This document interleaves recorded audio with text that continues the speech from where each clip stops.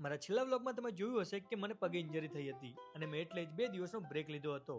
પણ હવે હું આ રાઈડ કન્ટિન્યુ કરવાનો છું.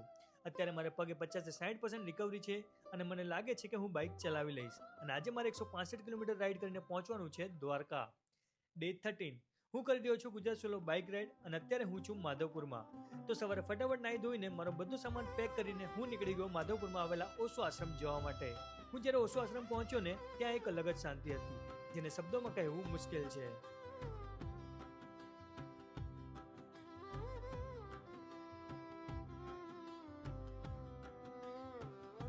પછી ત્યાંથી હું નીકળ્યો અને આવ્યો રૂક્ષ્મણી મંદિર.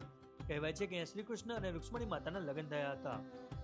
હવે હું રેડી થઈ ગયો છું અને મારે પહોંચવાનું છું માધવપુરથી દ્વારકા 165 કિલોમીટરની રાઈડ કરીને. મને પગે પેઇન થતું હતું પણ મને એટલો ભરોસો હતો કે હું કરી લઈશ. પણ એમાં એક વસ્તુ સારી થઈ, અત્યાર સુધીની મારી 1500 કિલોમીટરની બાઇક રાઈડમાં અત્યાર સુધીનો આ બેસ્ટ રોડ મને મળ્યો છે. આ રોડ એકદમ નીટ એન્ડ ક્લીન હતો. બાઇક શો પર જાય તમને ખબર પણ ન પડે. પછી મેં વચ્ચે 1-2 વાર હોલ્ડ કર્યો અને પછી ફાઇનલી હું પહોંચી ગયો દ્વારકા. જય દ્વારકાધીશ. મળીએ કાલે દ્વારકામાં.